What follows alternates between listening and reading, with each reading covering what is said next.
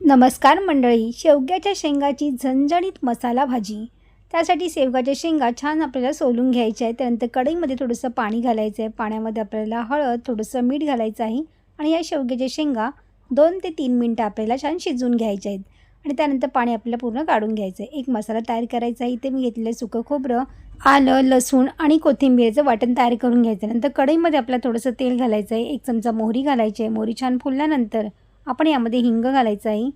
कांदा इथे बारीक कट करून घातलेला, टोमॅटो घातलेला आहे, छान असा परतून घ्यायचा आहे. त्यावरती चवीनुसार मीठ घालायचं आहे. लाल तिखट मसाला घातलेला आहे, धना पावडर घालायची आहे आणि कांदा लसूण मसाला याच्यामध्ये 1 चमचा घालायचा आहे. छान असं परतून घ्यायचं आहे. वाटण तयार केलेलं आपल्याला याच्यामध्ये ॲड करायचं आहे.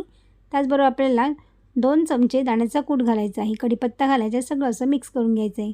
थोडंसं आपल्याला कोमट पाणी घालून आपला मसाला हा छान शिजवून घ्यायचा आहे.